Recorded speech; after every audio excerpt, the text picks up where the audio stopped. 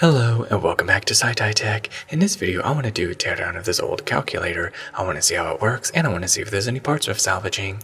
Let's get started. And as you can see, there's a little solar panel in this calculator. Mostly that's what I want to extract it for, because I find that to be very interesting and potentially useful. First, let's do what I always do: see a screw, take a screw, see a screw, take a screw, and remove all of the screws that I can find.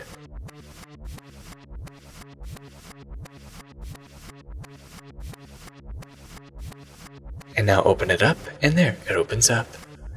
And this circuit is actually a very nice circuit. I really like the design because it looks very interesting, and I like the way it reflects and shines. Very cool.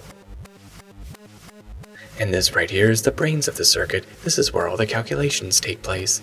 This right here is a rechargeable battery that gets recharged from the solar panel. And over here is a simple diode in the solar panel, and another diode.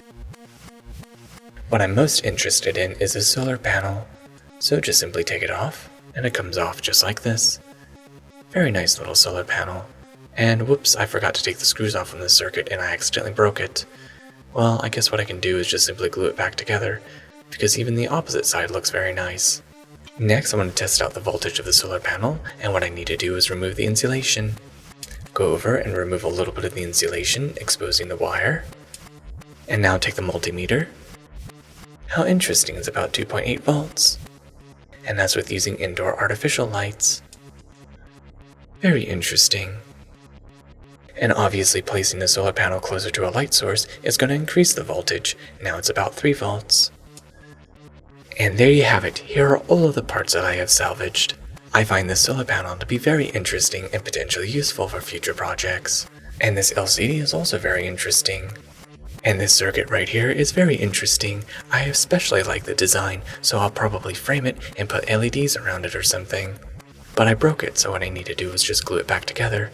Should be okay. Just simply placing it together like this and glue it together, and I can frame it.